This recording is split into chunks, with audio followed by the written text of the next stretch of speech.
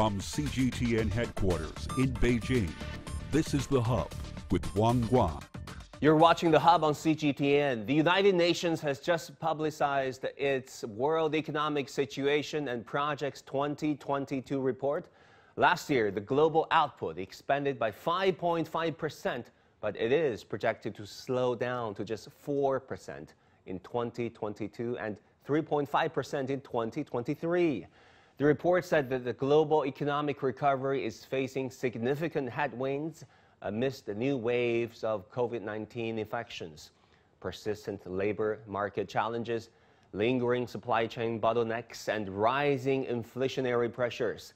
As the world's top two economic giants, China and the United States, have a significant say on the global economy, and the relations between them really matter to the future of the world, to put it mildly. And how will Beijing-Washington complexity shape the long-term economic landscape? Is the situation getting worse, or we can still anticipate a peaceful and a prosperous world? Now, I'm honored to be joined today by Mr. Adam S. Posen in Washington, D.C. He's the president of the Peterson Institute for International Economics. Sir, it is an honor for us to have you with us at this hour. Welcome to CGTN. Recently, you talked about U.S.-led corrosion of globalization and its effect on the global growth. According to the World Bank, global growth will slow through 2023, adding to a risk of so-called hard landing in developing economies. How can the world, really counter this trend and navigate through these pitfalls? It's going to be difficult. The biggest thing the rich world, which I include China and the U.S. now for this purpose, can do is provide vaccines and health distribution of those throughout the world. The second biggest thing is to run their economies as open as they can. This is where the U.S. has been corroding globalization most. It has been excluding trade and immigration to a very high degree, continuing to move backwards after President Trump, under President Biden. The Chinese economy also has to be willing to take in imports, but they do much more of that, frankly, on balance than the U.S. Now, talking about globalization, actually, you said what's really going on is regionalization because of COVID to a large extent, and among other things. And you argued recently, Mr. Posen, that the U.S. retreat from international economic policymaking and the fallout from the COVID pandemic could lead to greater regionalization of products and services, divergent standards, and reduced labor mobility across borders, among many other challenges. How do you think we can still reverse this trend, or help mitigate the negative impact of this trend? Thank you for reading my recent work, and it is a depressing trend to look at. I think the divergence coming between the U.S. and China, people have talked about it for a long time. Some people have talked about decoupling.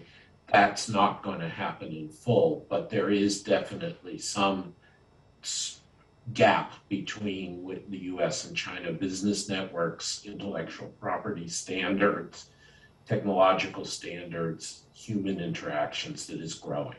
So I think the most important things we can do are, first, let the U.S. and China together agree that the rest of the world should not have to choose sides.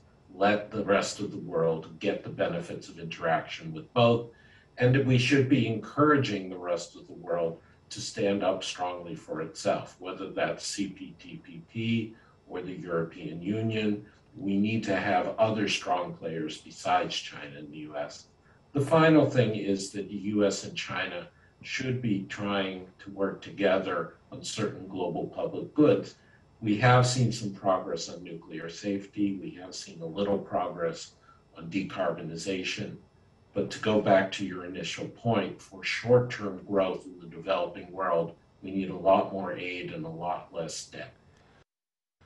Well, yeah, Mr. Posen, you talk about the fact that there needs to be a greater China-U.S. collaboration. But do you think President Joe Biden has the political space to do that when you think about the stalled infrastructure plan, thanks to Senator Manchin, the Voting Bill Act, his historically low supporting approval ratings, according to multiple polls, and then the midterm elections coming up later this year. Also, there are politics here in China. I'm not going to lie. So, do you think President Joe Biden and the two sides really have the political space to do the right thing? I think they have constraints, as you rightly point out, and they are on both sides. There are nationalist or isolationist people worrying about self-reliance, people worrying about an enemy economy in both countries. I think the way forward is twofold. First, the US and China, and I think President Xi and President Biden see this, need to pick a few issues that are either not so sensitive or which people understand are for the good of the world. Obviously, climate change is the biggest one. Making sure that there's good relationships over emergencies and no misunderstandings on military is another one. Economically, we have a successful regime in the central banking exchange rate sphere. The conflicts over yuan dollar that we had a decade ago have largely gone away because of concerted efforts. So I think picking a few areas to work on is the way forward. The second thing is to recognize that trade gets a lot of the political sensitivity, but investment, cross-border, and technological exchange are the bigger, more important things. And we need to work on ways that we can trust each other on investment and technology.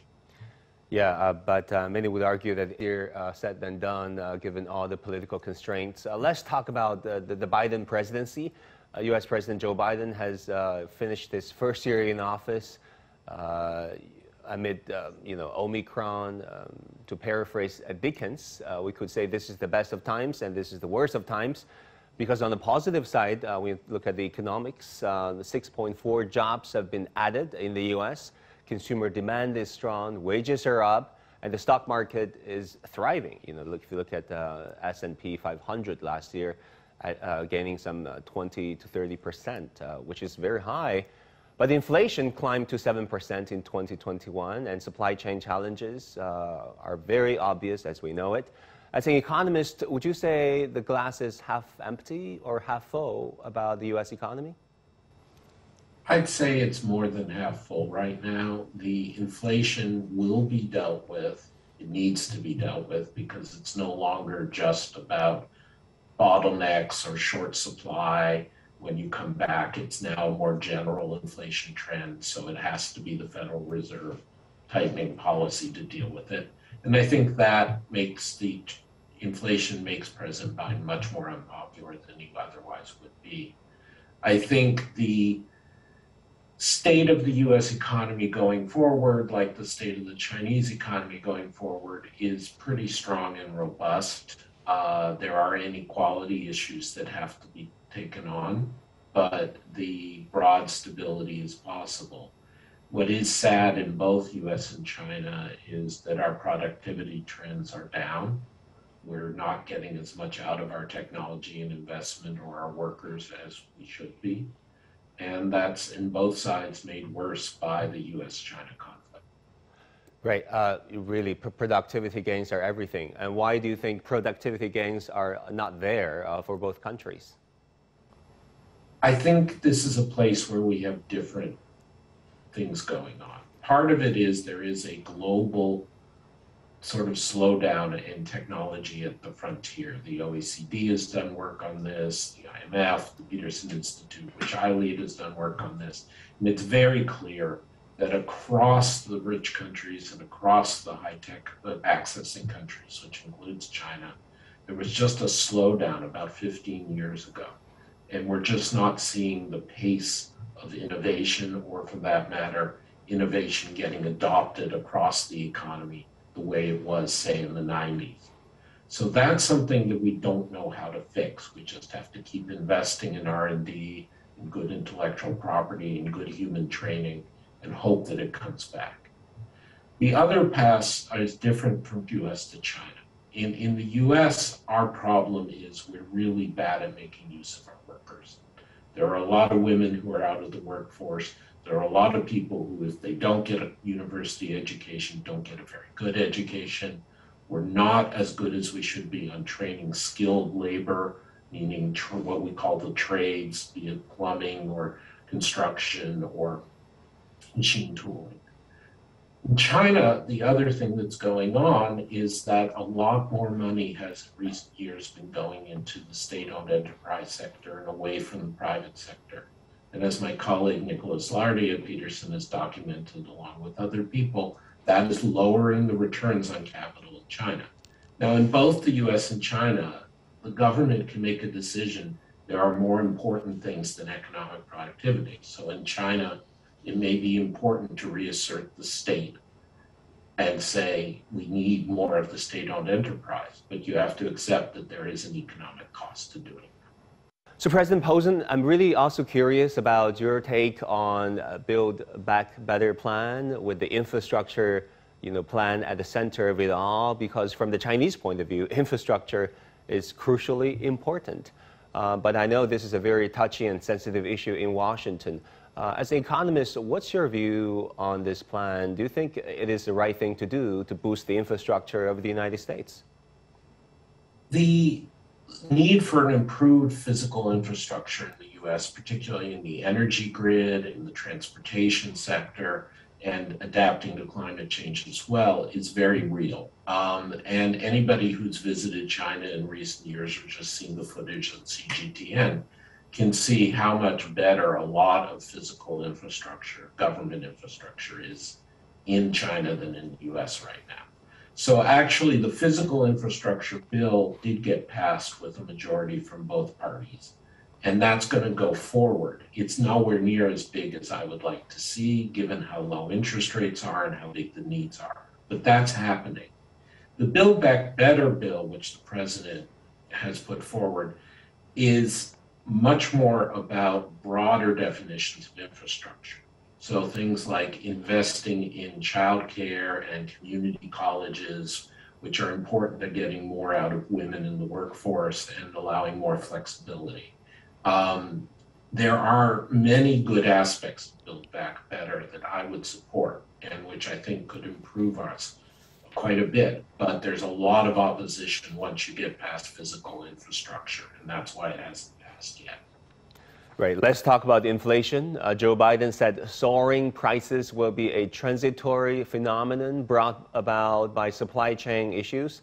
However, the prices of goods and services in the U.S. have continued to rise at rates unseen in decades.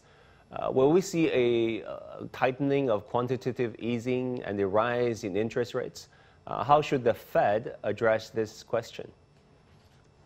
Well, I and some of my Peterson Institute colleagues a year ago were forecasting that inflation would last longer and be higher than either the Fed or Reserve or the Biden administration were saying. We took no pleasure in it, but that was the reality.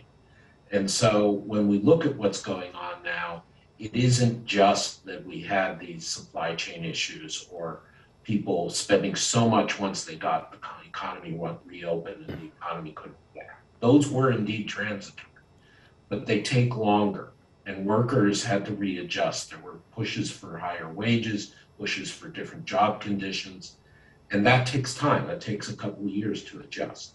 So nothing's going to make inflation go away overnight, but the Federal Reserve does have to tighten its monetary policy in order to get the general trend down once we're through all these transitory factors. That means that they're going to be tightening on the quantity side, and much more importantly, they'll be raising interest rates starting in March or April.